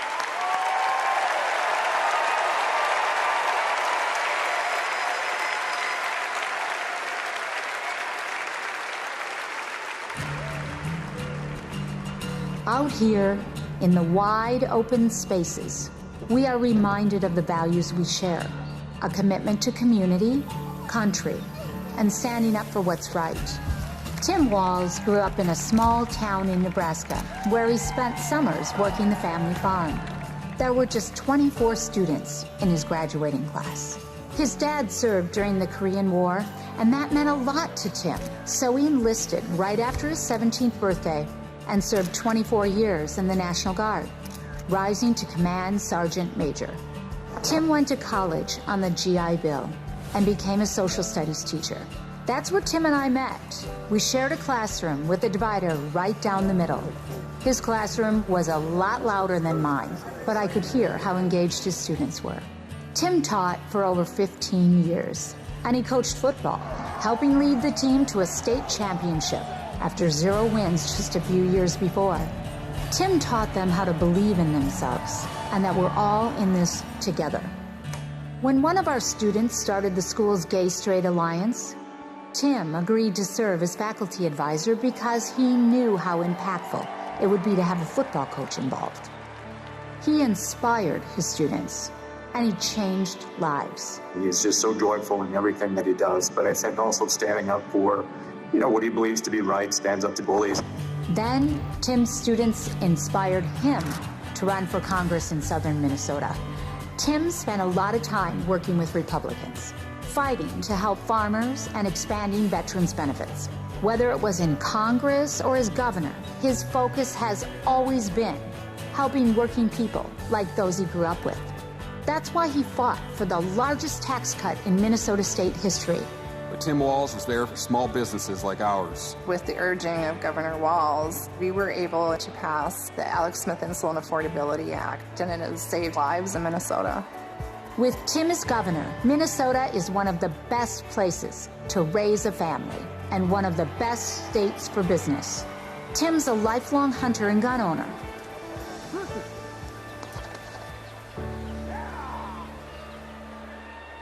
But after the Sandy Hook school shooting, he knew that we had to do something. So he's fought for background checks and red flag laws. But of all the things he's done, Tim loves being a dad. We struggled to have kids, and fertility treatments made it possible. There's a reason our daughter is named Hope. Hope and Gus mean the world to us. Governor Walz making good on a promise to his son and family yesterday by getting him a puppy. Then we're going to go get some food, corn dog. I'm vegetarian. Turkey then. And Turkey's meat. Not in Minnesota, turkey special. He's as at home on a farm, a fishing boat, a football field, or a factory floor as he is on the floor of Congress. Tim's commitment to service all comes back to the values we grew up with. Love your country, help your neighbor, and fight for what's right. Because that's what America is all about. 2 middle-class kids. One, a daughter of Oakland, California. The other, a son of the Nebraska Plains, only in America. Is it possible for them together to make it all the way to the White House?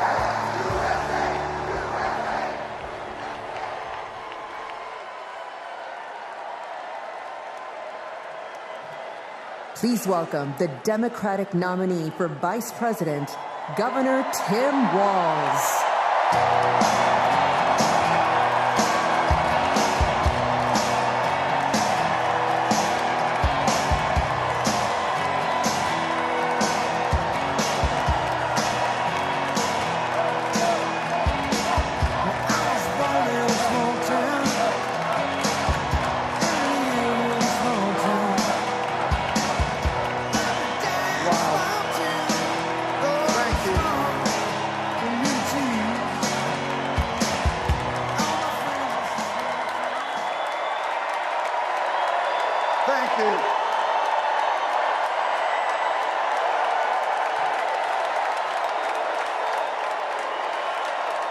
Thank you.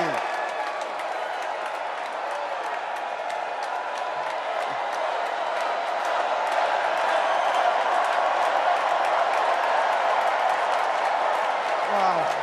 Well, thank you. Thank you, first of all, to Vice President Harris. Thanks for putting your trust in me and for inviting me to be part of this incredible campaign.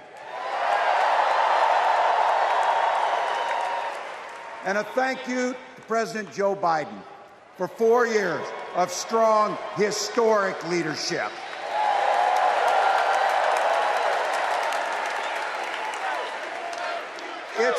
It's the honor of my life to accept your nomination for Vice President of the United States.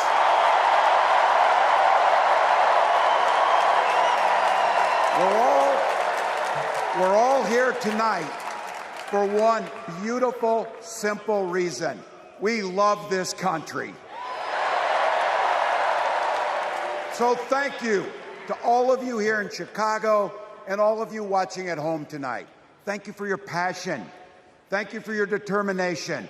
And most of all, thank you for bringing the joy to this fight.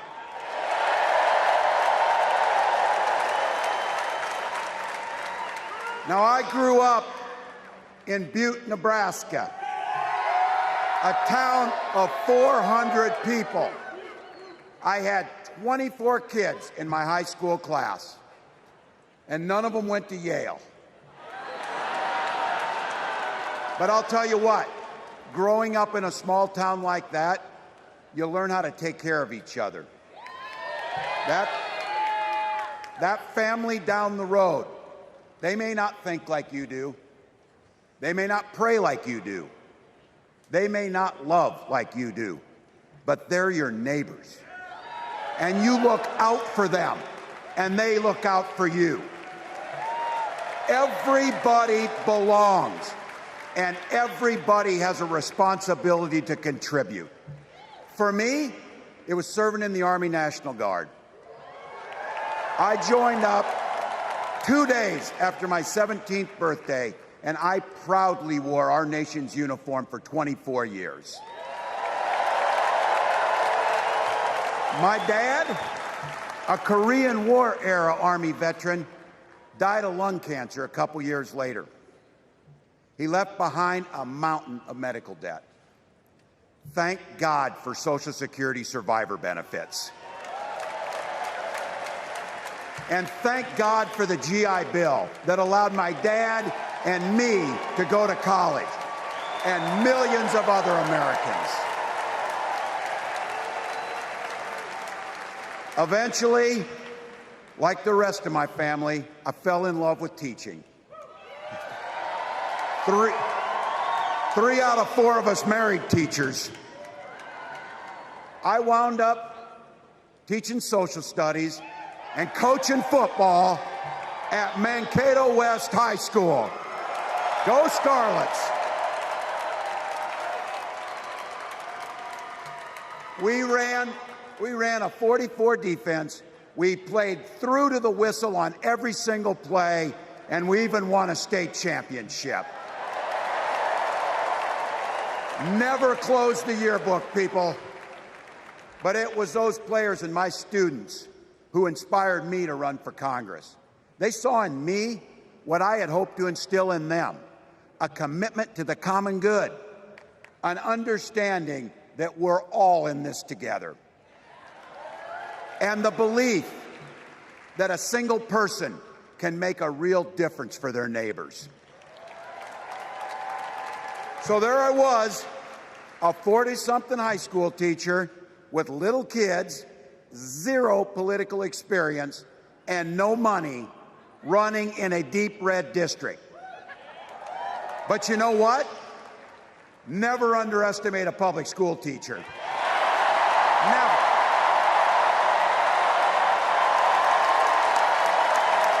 I represented my neighbors in Congress for 12 years, and I learned an awful lot.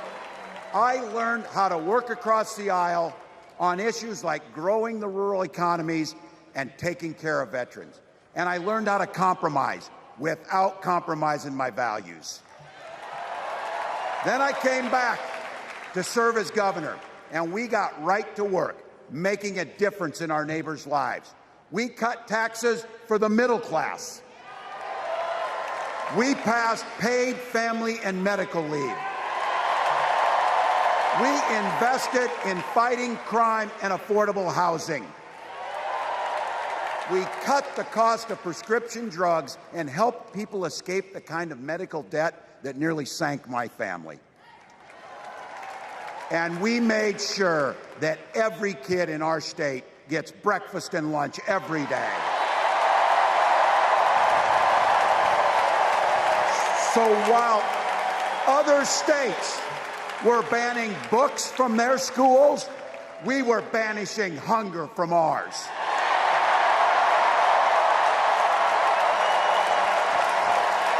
We also protected reproductive freedom because in Minnesota, we respect our neighbors and the personal choices they make.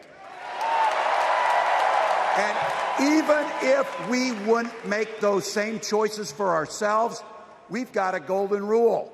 Mind your own damn business.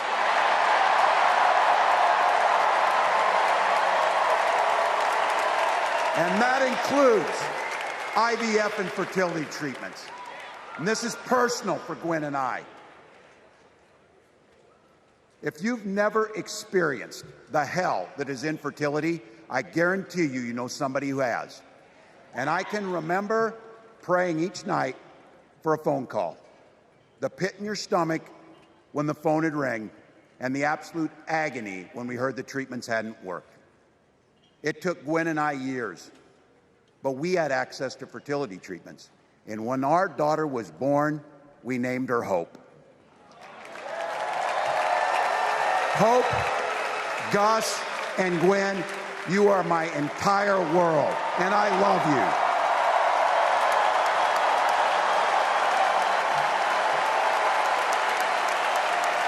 I'm letting you in on how we started a family because this is a big part about what this election is about.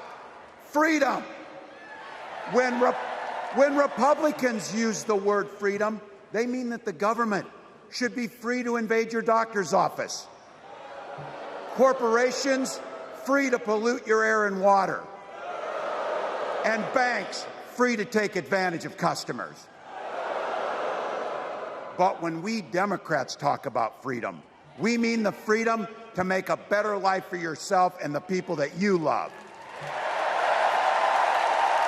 Freedom to make your own health care decisions. And yeah, your kids' freedom to go to school without worrying about being shot dead in the hall.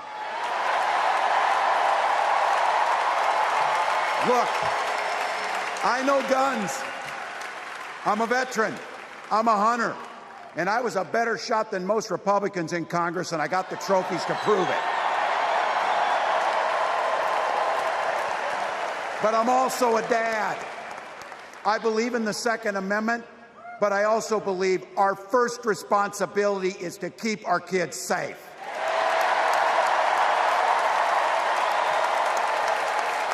That's what this is all about. The responsibility we have to our kids, to each other, and to the future that we're building together, in which everyone is free to build the kind of life they want. But not everyone has that same sense of responsibility. Some folks just don't understand what it takes to be a good neighbor. Take Donald Trump and J.D. Vance.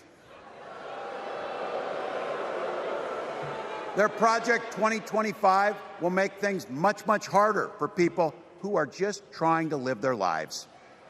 They spent a lot of time pretending they know nothing about this. But look, I coached high school football long enough to know, and trust me on this, when somebody takes the time to draw up a playbook, they're going to use it.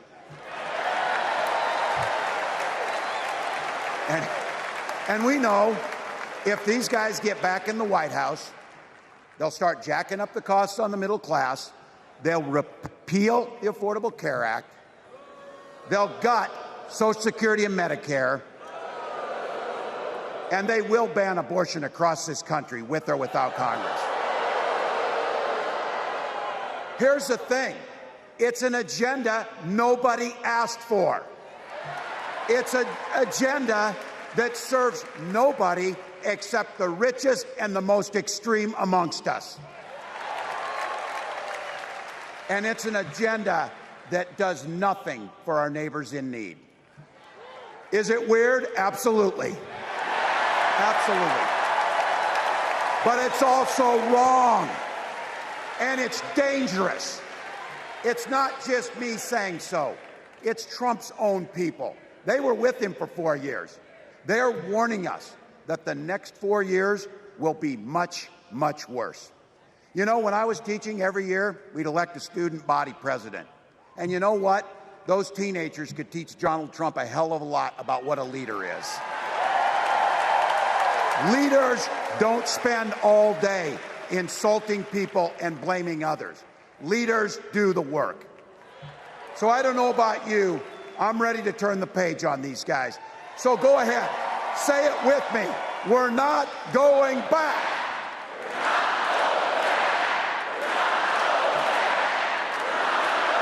We've got something better to offer the American people. It starts with our candidate, Kamala Harris. From her first day as a prosecutor, as a district attorney, as an attorney general, as a United States senator, and then our vice president, she's fought on the side of the American people. She's taken on the predators and fraudsters. She's taken down the transnational gangs, and she stood up to powerful corporate interests. She has never hesitated to reach across that aisle if it meant improving your lives. And she's always done it with energy, with passion, and with joy. Folks, we've got a chance to make Kamala Harris the next president of the United States.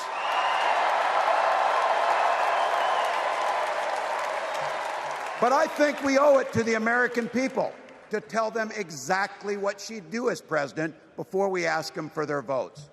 So here, this is the part, clip and save it and send it to your undecided relatives so they know. If you're a middle-class family or a family trying to get into the middle class, Kamala Harris is going to cut your taxes. If you're getting squeezed by prescription drug prices, Kamala Harris is going to take on Big Pharma. If you're hoping to buy a home, Kamala Harris is going to help make it more affordable. And no matter who you are, Kamala Harris is going to stand up and fight for your freedom to live the life that you want to lead. Because that's what we want for ourselves, and it's what we want for our neighbors. You know, you might not know it, but I haven't given a lot of big speeches like this. But I have given a lot of pep talks. So let me finish with this, team. It's the fourth quarter. We're down a field goal, but we're on offense and we've got the ball. We're driving down the field. And boy, do we have the right team. Kamala Harris is tough. Kamala Harris is experienced, and Kamala Harris is ready. Our job for everyone watching is to get in the trenches and do the blocking and tackling. 1 inch at a time, 1 yard at a time, 1 phone call at a time, 1 door knock at a time, 1 $5 donation at a time. Look, we got 76 days. That's nothing. There'll be time to sleep when you're dead. We're going to leave it on the field. That's how we'll keep moving forward. That's how we'll turn the page on Donald Trump. That's how we'll build a country where workers come first, health care, and housing are human rights. And the government stays the hell out of your bedroom.